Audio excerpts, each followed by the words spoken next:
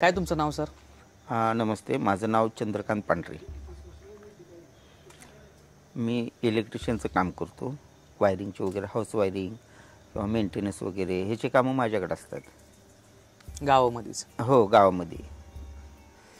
आणि लॉकडाऊनच्या अगोदर मी एका कंपनी हॉस्पिटल होतं, तिथे मी जॉब करत होतो इलेक्ट्रिशियन म्हणून.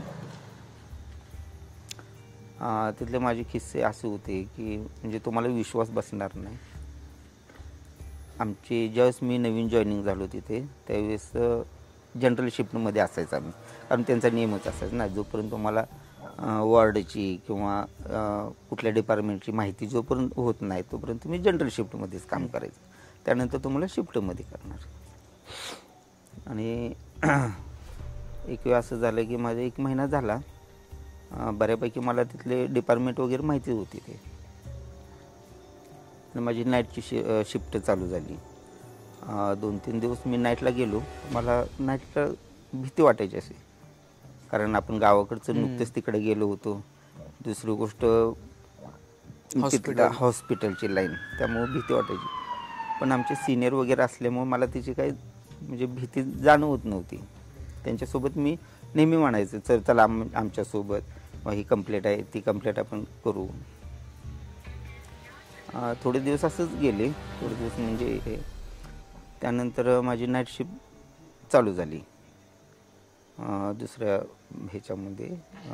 आठवड्यामध्ये पहिल्या जनरल अशा शिफ्ट असायच्या, 2nd, 3rd नाईट. आणि ज्यावेळेस माझी नाईट पडली त्यावेळेस आम्ही दोघेच होतो. त्या दिवशी दोघे रजेवर होते. आणि आमचं काय नेहमीसारखं आम्ही तिथं नेहमी असं मेंटेनन्स काहीतरी रिपेअर करत होतं. फॅन म्हणा किंवा गिझर म्हणा किंवा इन्स्ट्रुमेंट जे असेल ते आम्ही मेंटेनन्सला करायचे, आणि कंप्लेंट असेल ते पण आम्ही अटेंड करायचे. आणि कसं होतं, जे आता मर्च्युरियस म्हणतो जिथं बॉडी ठेवतात ते डिपार्टमेंट पण आमच्याकडेच होतं. म्हणजे त्याचे हे सेटिंग करायचे किंवा त्याचे टेम्परेचर सेट करायचे, हे आमचं ते अगोदर आम्हाला सिनियरनी सांगितलेलं होतं. ते आम्ही शिकलेलो होतो, त्याचा काही एवढा विषय नव्हता. आणि त्या बॉड्या कधी यायच्या, म्हणजे असं काय त्याला वेळ नसायचं. रात्री अपरात्री कधी यायचे ना.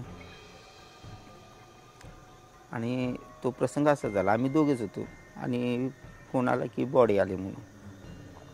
मग तो माझा जो सिनियर होता तो म्हटला, आता तुला जावी लागेल. तुला जावं लागलं म्हटलं, माझ्या अंगावरती काटा झाला. एकटं कसं जायचं, परत सोबत असतात वॉर्ड बॉय वगैरे असे असतात ते सोबत. तर मग मला काही एवढी भीती जाणवली नाही. आणि आमच्या डिपार्टमेंटपासून थोडेफार अंतर होतं त्या म्हणजे मर्च्युरी हाऊसमध्ये. त्या दिशेने मी निघालो आणि वेळ होती रात्री 2:30ची. आणि नंतर आणि मी सिनियरला फोन केला मोबाईलवर, बाबा तू ये पटकन, आपण दोघे मिळून जाऊया, मला काय माझं एकट्याचं काय धाडस होणार नाही म्हणून भीती वाटते. तर म्हटलं, अरे भीतूच कशाला, आपलं कामच आहे ते, आपली ड्युटीच आहे ते, भिवून चालणार नाही का, आपल्याला ते करावंच लागणार आहे.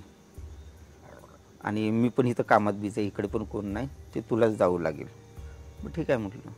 आणि कसं आहे, सिक्युरिटी वगैरे असते तो तिथे, आणि वॉर्ड बॉय वगैरे असतात मध्ये, त्याला कोणता असते ती, माझा समज आला तिथं कोणतरी असेल. आणि नेहमीसारखं मी गेलो तर मी तिथून जायला आणि ती लोक पाठीमागे यायला. ते म्हटले, आम्ही आत ठेवलेलं आहे, तुम्ही फक्त टेम्परेचर सेट करायला जावं, तुमचं काम तेवढंच आहे. आणि आमचं काम तिथंपर्यंत असायचं, बाकी आम्ही कशाला हात लावत नव्हतो. आणि ठीक आहे म्हटलं. आता हे तर सगळे इकडे आलेत, रात्रीचे तर 2:30 वाजलेत, थंडीचे दिवस होते, कारण मी नुकतेच दिवाळीच्या सुट्टीचा अर्ज दिलेले होते. कुठल्या सालातली गोष्ट? एक 5 ते 6 वर्ष झाली असेल त्या गोष्टीला. आणि इकडे तिकडे बघितलं अंधार काळू, आणि ते ॲक्च्युली आउटसाईडलाच असतात ना हे असे डिपार्टमेंट. मी इतका जाम घाबरलेलो की विचारायचं काम नाही. शेवटी कसं आहे, आता घाबरून सांगणार कुणाला, शेवटी आपले काम आपल्यालाच करावं लागणार. नंतर घाबरत गेलो. भीती तर खूप वाटत होती, पण एक मनाची धाडस केल्याने स्वतःच मनाची समजूत घालायचं, नाही रे असं काय भूत नसते, चाल म्हणजे अडचणीच्या वेळेला स्वतःचा गुरु म्हणतात का नाही, ती म्हण आहे, मनाची समजूत मनाची समजूत. भीती तर वाटतं पण स्वतःच आपण एक मनाचं धाडस करायचं आणि मन घट्ट करायचं. अशा पद्धतीने मी गेलो, आतमध्ये गेलो. एवढी खूप जाम भीती वाटत होती. पण सांग ना, आता तिथून तर पाठीमागे यायला येत नाही आपल्याला.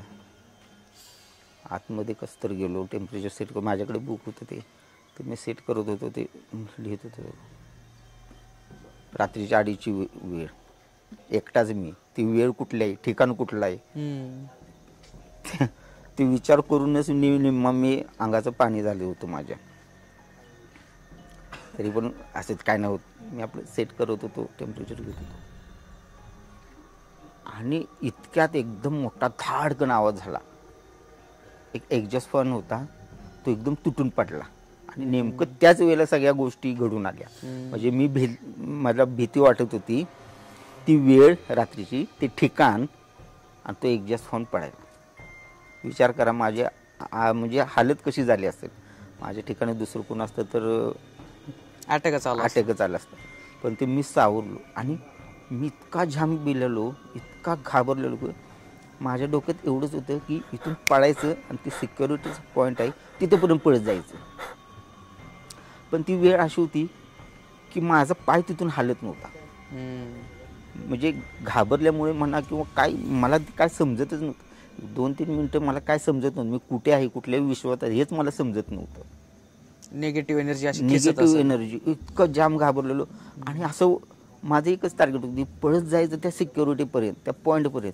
पण माझे पाय तिथून हालत नव्हते, इतका जाम घाबरलेलो. आणि माझे वही आणि नोटबुक ते कधी माझ्या हातातून खाली पडल्यात, पेन वगैरे, याची मला सुद्धा कल्पना नव्हती. अच्छा. म्हणजे तो क्षण जर तो आठवला ना, अक्षरशः अजून सुद्धा भीती वाटते मला. माझा अजून आवाज तुम्हाला समजला असेल कसं कमी जास्त होतं, इतकं दडपण होतं. ती वेळ विचार करा, ती वेळ माझ्यावर होती, किती भयानक होती ती. अशा पद्धतीने खूप घाबरलेलो मी, इतका की भयानक. पण देवाच्या आशीर्वादाने किंवा परमेश्वर पाठीशी असतो, त्यावेळेस मला काय वाटलं नाही. आणि मी ताबडतोब तिथून कसं आलो हे मला पण माहीत नाही. पण ज्यावेळेस मी त्या सिक्युरिटीजवळ पोहोचलो त्यावेळेस मी घामाने चिंब भिजलेलो. ते दिवस थंडीचे होते, कारण दिवाळीची मी सुट्टी हे केलेली होती ना. तर मला घामाने मी चिंब भिजलेलो होतो. सिक्युरिटी मला पहिला पाणी प्यायचं, तर तुम्हाला काय होतं, त्रास होतोय का, काय नाही. 2 मिनटं मला बोलता सुद्धा आलं नाही. आणि त्यानंतर मी थोडं रिलॅक्स झालो 5-10 मिनिटांनी. नंतर सांगितलं की बाबा असं असं घडलंय म्हणून, काय होतं काय माहीत नाही. आणि त्यानंतर मी घाबरलो. त्यानंतर मी दुसऱ्या दिवशी सर सांगितलं, सर मला काही नाईट देऊ नका, मला जनरल शिफ्टमध्ये घ्या किंवा सेकंड शिफ्टमध्ये घ्या. सर म्हटले नाही, म्हटले हे तुला करावंच लागेल, जमत असले तर करा, नाही रिझाईन द्या आणि घरी जावं. बरोबर. इथे तुम्हाला कोणाची म्हणजे हे करायचं नाही, कारण तुम्ही आता 2-3 महिने झाला आहे शिफ्टमध्ये, तुम्हाला सगळं बऱ्यापैकी माहिती झाली, तुम्हाला हे काम करावंच लागेल.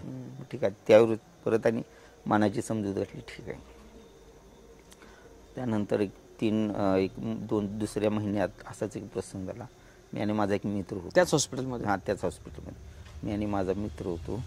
आणि आम्ही जनरल शिफ्टमध्ये जाऊ. पण त्यावेळेस मी मात्र सावरायचं, मी मित्राला घेतल्याशिवाय कुठे जात नव्हतो.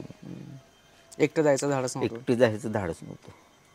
आणि एक असं डिलिव्हरी रूम होता तिकडे, ते बंद केलेलं होते डिलिव्हरी रूम. म्हणजे तिथं आता काय नाही, ते शिफ्टिंग करून दुसऱ्या ठिकाणी गेलेलं होतं. आणि तिथं कोण जात पण नव्हतं ना. आणि तो मित्र मला म्हटला चल आपण कंप्लेंट आले, दुसऱ्या फ्लोअरची कंप्लेंट होती, पण तो त्या फ्लोअरला गेला. आणि मी म्हणजे आम्ही दोघं सोबतच जायचं ना, तेव्हापासून आम्ही दोघे सोबत जायला लागलो. आणि कंप्लेंट आल्यामुळे त्याला चल म्हटलं आपण दोघे मिळून जाऊया. आम्ही एका फ्लोअरला गेलो.